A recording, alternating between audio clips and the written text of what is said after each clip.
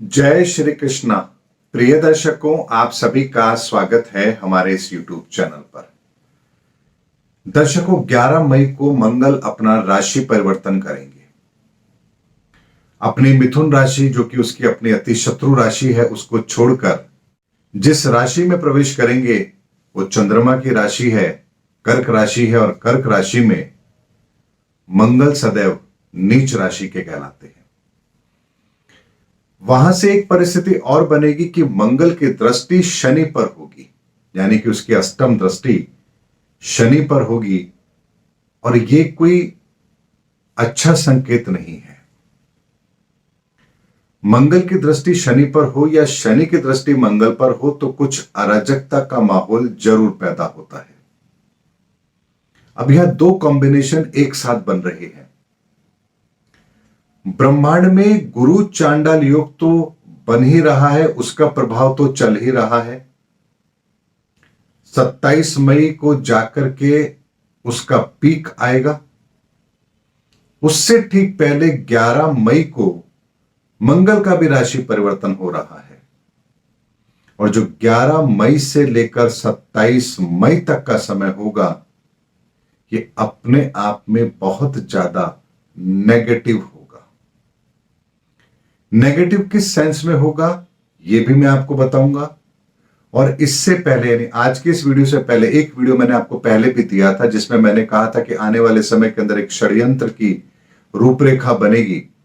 तो बहुत से लोगों ने कहा मणिपुर के अंदर हिंसा हो रही है, वहां ऐसा हो रहा है, यहां ऐसा हो रहा है। उस वीडियो में भी मैंने आपसे कहा था कि इस घटनाक्रम को लाभ हानि या सही गलत के दृष्टिकोण से मत देखना, क्योंकि यह मति भ्रम का समय है। यहां क्या सही है क्या गलत है यह समझने की स्थिति हमारी खराब हो गई है। तो आप फैसला किस आधार पर करेंगे कि क्या सही है और क्या गलत है। इसको ठीक ऐसे समझ लीजिए कि यदि किसी व्यक्ति ने चोरी की है और उसे 5 साल की सजा होती है जेल की, और वो अपने घर में इकलौता है कमाने वाला, और उसके जेल जाने के बाद में उसके घर में भूखे मरने की नौबत आएगी, तो अब बताइए सही क्या और गलत क्या है। उसको जो सजा हो रही है वो गलत है। अगर वो सही है तो जो उसके घर में भूखे मरेंगे बेचारे, उसके पीछे जो उसके परिवार के लोग हैं, क्या फिर वो सही है? ऐसी द्वंद की स्थिति जब पैदा होती है तो आप समझ जाइए कि कहीं ना कहीं गुरु चांडाल योग जैसी स्थिति ब्रह्मांड में जरूर बन रही है, या उस जातक के जीवन में बन रही है, तभी वो इस द्वंद में फंसा है। इसीलिए पूरी दुनिया भी इस समय पर इसी द्वंद में फंसी रहेगी कि क्या सही और क्या गलत है। लेकिन हम बात कर रहे थे कि मंगल के राशि परिवर्तन के साथ ही जो ये स्थिति बनेगी, 27 मई तक तो परिस्थितियां विकट होंगी ही, लेकिन मंगल का राशि परिवर्तन यानी कि वो कर्क राशि अपनी नीच राशि से जब अपनी अगली राशि सिंह राशि में जाएंगे, वो समय होगा 1 जुलाई। यानी 11 मई से लेकर 1 जुलाई तक मंगल अपनी नीच राशि में रहेंगे, और 27 मई तक मंगल का नीच राशि में होना, शनि पर दृष्टि और बृहस्पति और राहु का गुरु चांडाल योग बनाना, क्या क्या इंपैक्ट होगा आप गिनते जाइए। पूरी दुनिया के अंदर सैन्य कार्रवाइयों में तेजी आएगी। जहां भी युद्ध के माहौल है वहां पर तेजी आएगी। फाइनेंशियल मार्केट में भी उथल फुथल जरूर होगी। साथ ही इसके अगर हम बात करें लैंड बिल्डिंग यानी कि प्रॉपर्टी मार्केट, तो वहां भी आपको कुछ अस्थिरता नजर आएगी। कुछ देशों के अंदर सैन्य कार्रवाइयां बढ़ेगी, पुलिस प्रशासन का हस्तक्षेप बढ़ेगा, हिंसात्मक कार्रवाइयां बढ़ेंगी, कुछ विमान दुर्घटनाएं होने की संभावना बनेगी। साथ ही आतंकवादी घटनाओं में भी वृद्धि होगी, घरेलू हिंसाएं बढ़ेंगी, साथ ही गृह युद्ध जैसी स्थिति कुछ देशों में उत्पन्न होगी। पुलिस का हस्तक्षेप आम व्यक्ति के जीवन में ज्यादा होगा। दुनिया के कई देशों में कर्फ्यू जैसे हालात होंगे। यानी कि ये कह सकते हैं कि ये परिस्थिति ऐसी होगी जैसे भगदड़ मचती है। यानी कि परिस्थितियां जब ऐसी हो जाए, कुछ समझ ना आ जाए और लोग हर दिशा में भागना शुरू कर दे तो उसे हम भगदड़ की स्थिति कहते हैं। ये ठीक वैसी ही स्थिति है, समझ नहीं आएगा क्या करें क्या ना करें। और आपको पता है कि 10 तारीख को, 10 मई को कर्नाटक के अंदर भी चुनाव है। परिणाम 11 मई के बाद ही आएंगे। वहां के हालात भी बिगड़ेंगे, परिस्थितियां वहां की संवेदनशील जरूर बनेगी। दर्शकों, इसीलिए कहते हैं कि ब्रह्मांड में जब ग्रहों की परिस्थितियां विकट हो तब हमें बहुत ही महत्वपूर्ण कार्य कुछ समय के लिए स्थगित जरूर करने चाहिए और उस समय पर धैर्य का परिचय देना चाहिए। यह ठीक उसी तरह की परिस्थिति होती है जैसे आप घर से निकल रहे हैं, बहुत जरूरी काम है, लेकिन बाहर आंधी तूफान आया हुआ है। तो क्या आपको घर से बाहर निकलकर उस आंधी तूफान का सामना करना चाहिए अपने उस स्थान पर जाने के लिए, या थोड़ी देर रुक करके इंतजार करना चाहिए उस आंधी तूफान के थम जाने का? समझदारी वाला निर्णय यही होता है कि हमें कुछ समय के लिए रुकना चाहिए ताकि आंधी तूफान थम जाए, तो उसके बाद हम अपनी यात्रा को आरंभ करें। क्योंकि यात्रा आरंभ हम कर रहे हैं कि समय पर हम उस स्थान पर पहुंच जाएंगे, लेकिन अगर तूफान में फंस गए तो कितनी बड़ी क्षति होगी इसका अंदाजा भी हमें होना चाहिए। ठीक इसी तरह की परिस्थिति समय ब्रह्मांड में है। इसलिए कोई भी निर्णय करने से पहले उस निर्णय की गंभीरता को समझना बेहद जरूरी है। हालात विकट हो तो अपनी योजनाओं को कुछ समय के लिए रोक देने में कोई भी बुराई नहीं है। रुकना, ठहरना कुछ जगहों पर अच्छा भी होता है।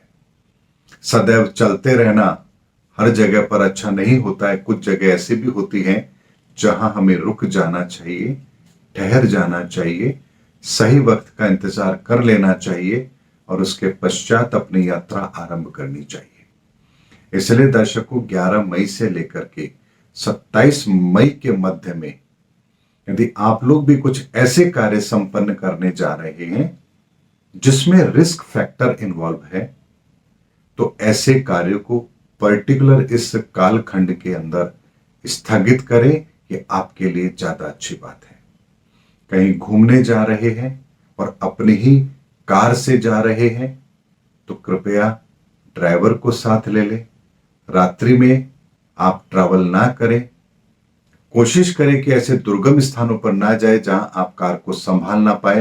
यानी छोटी छोटी हिदायतें जो हमारे जीवन में हमें रखनी चाहिए किसी भी विकट परिस्थिति के उत्पन्न होने के लिए, तो हमें वो सावधानी जरूर रखनी चाहिए। थोड़े समय के लिए अगर हम सावधानी रख लेंगे तो इसमें कोई बुराई नहीं है, क्योंकि ब्रह्मांड में ग्रहों की परिस्थिति थोड़ी अलग है। तो शांति रखना बहुत जरूरी है। इसलिए दर्शकों, मैं केवल शब्दों के माध्यम से आपको इस बात की गंभीरता बता सकता हूं। बाकी जब घटनाएं घटित होंगी तो आपको स्वयं पता चल जाएगा। लेकिन दर्शकों, मैंने पहले भी आपसे कहा था, गुरु चांडाल योग के संदर्भ में भी कहा था, मेरे पुराने वीडियो आप उठाकर देख लीजिए।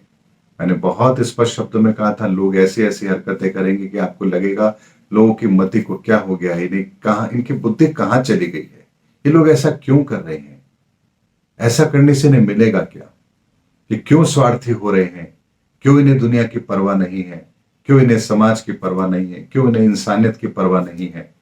और आप वर्तमान में सब कुछ वैसा ही होता हुआ देख रहे हैं।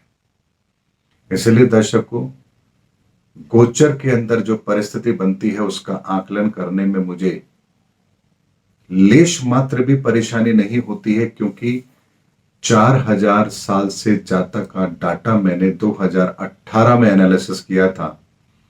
एक एक बात कंप्यूटर की तरह मेरे दिमाग में फीड है, और जैसे जैसे ग्रहों की परिस्थिति बदलती है एक एक बात मेरे आंखों के सामने आती है और मैं शब्दों के माध्यम से आप लोग के सामने बात रखता हूं, समय रहते रखता हूं, बहुत नजदीक वो समय होता है तब रखता हूं, ताकि बहुत थोड़े समय के लिए आपको उन परिस्थितियों को फेस करना पड़े, उससे पहले आप पैनिक ना हो, और उन परिस्थितियों से बचने का मैं रास्ता भी आपको देता हूं।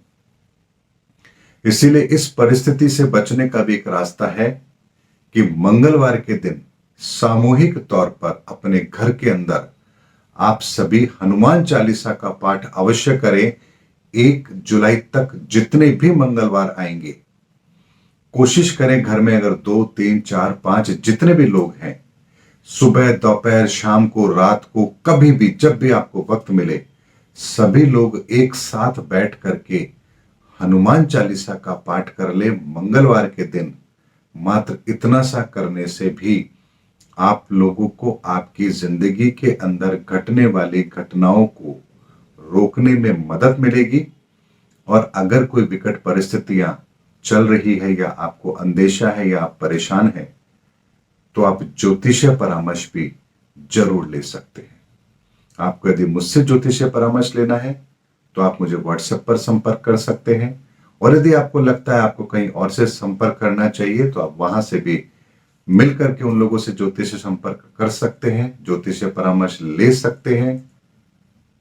समय विकट है, गंभीर है, समाधान जरूरी है। उम्मीद करता हूं दर्शकों मेरा वीडियो आपको जरूर समझ में आया होगा, पसंद आया होगा। आने वाले समय की परिस्थितियों का मैंने आपको अवलोकन दिया है। अगले वीडियो में आपसे फिर भेंट होगी, तब तक हमारे चैनल पर बने रहिए। जय हिंद, जय भारत।